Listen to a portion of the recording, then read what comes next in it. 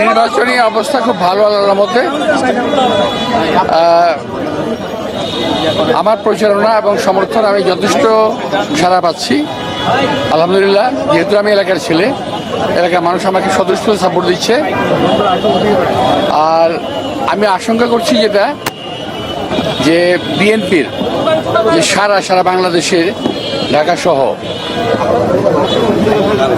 বিরোধী পক্ষ যারা আছে তারা একটা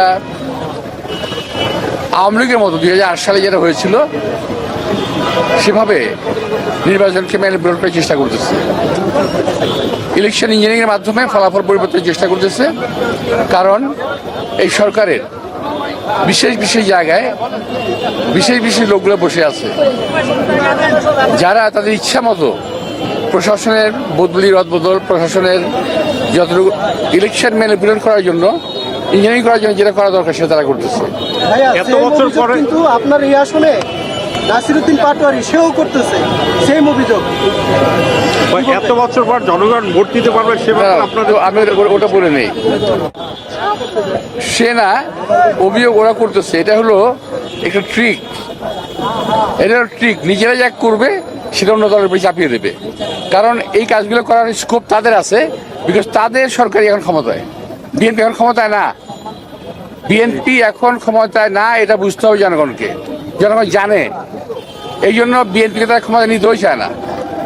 এখন ওদের সমর্থিত সরকার, ওদের সমর্থন পুষ্ট সরকার, ওরাই এটা করতে পারে। এটা আমাদের পক্ষে করা সম্ভব না। ভাই আপনারা প্রশ্ন করি, ভাই আপনি এর আগেও বলেছিলেন জামাত এবং এনসিপি সমর্থিত সরকার, কিন্তু এই সরকার যখন গঠন হয় তখন কি বিএনপি সমর্থন দেয় নাই? আপনি কি বিএনপি সমর্থিত সরকার মনে করেন না, বা গণমানুষের সরকার মনে করেন এটা? আমরা যখন সমর্থন দিয়েছিলাম, দেশ এবং জাতির প্রয়োজনে বিএনপি সমর্থন দিয়েছিল। এখন বর্তমান কার্যক্রম আমি সরকারকে বলছি না, সরকারের বিশেষ মহলের কার্যক্রম যেটা গ্রহণযোগ্য নয়। এটা সারা বাংলাদেশ এবং আপনার যে বিভিন্ন শো, তারপর টেলিভিশন, ইউটিউব, এখানে আপনারা দেখবেন যে আগামী নির্বাচন সম্পর্কে তারা যথেষ্ট সন্দিহান, এভরিবডি। কারণ এদের কার্যক্রম,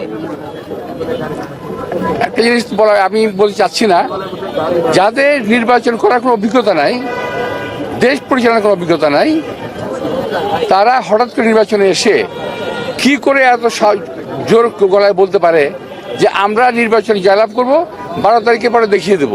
এই যে কথাটা, এই যে মানে এই ক্ষমতাটা, এই ক্ষমতার উৎসটা কোথায়, এটা একটু বুঝতে হবে। আপনি কি কোনো সন্দেহ করছেন না? কোনো রকম আমি সন্দেহ করছি মানে আমি তো অভিযোগ করতেছি, সরাসরি সন্দেহ করছি না।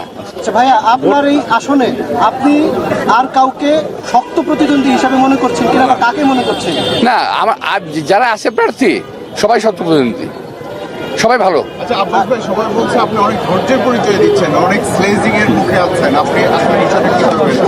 এটা আমি মনে করি যে আল্লাহ তাআলা আমার একটা পরীক্ষা নিচ্ছেন, এবং আমি চাই যে আল্লাহ তাআলা যেন আমার ধৈর্য দ্বারা পরীক্ষাটা ইলেকশন মতো রাখেন। এটা কি আপনি একটু রাজনৈতিক কৌশল হিসেবে দেখছেন? আপনার মতো মনে হয় যে আপনি অনেক না, এটা হচ্ছে কি ইরিটেট করার জন্য, আমাকে একটু মানসিকভাবে অশান্ত করার জন্য কোন একটা মহল করছে। মানে ভাবটা এরকম যে আমাকে মারে না কেন, আমাকে মারে না কেন, তো আমি তো ওই জায়গায় যাবই না। কারণ তারা যে একটা সিম্প্যাথি ভোট নিতে যাচ্ছে, ওই সুযোগ আমি দেবো কেন? আপনি কি এটা বুঝে আমি খুব ভালো করে বুঝে ফেলছি এটা। আমার বয়স তো কম হয় নাই, ওদের মতো ওর আমার নাতির বয়স না ওরা, তো আমার তো এবার অভিজ্ঞতা হয়ে গেছে আমার। তো অনেক অভিজ্ঞতা এইবারের ইলেকশন ক্যাম্পেইনে যে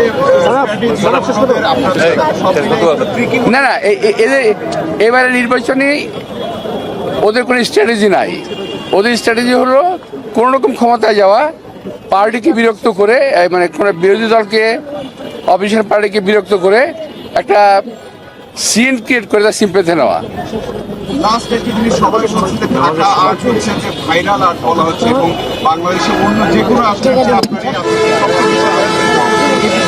না, এটা হ্যাঁ, এটা হচ্ছে কি, আমি এক নাম্বার হলো এখানে আমি একমাত্র স্ট্যান্ডিং কমিটি মেম্বার, এবং এখানে যা হচ্ছে এটা অনেকটা বিনোদনমূলক ঘটনা ঘটাচ্ছে কেউ কেউ, এই জন্য জনগণ এই দিনকে নজর খুব বেশি দিচ্ছে আর কি।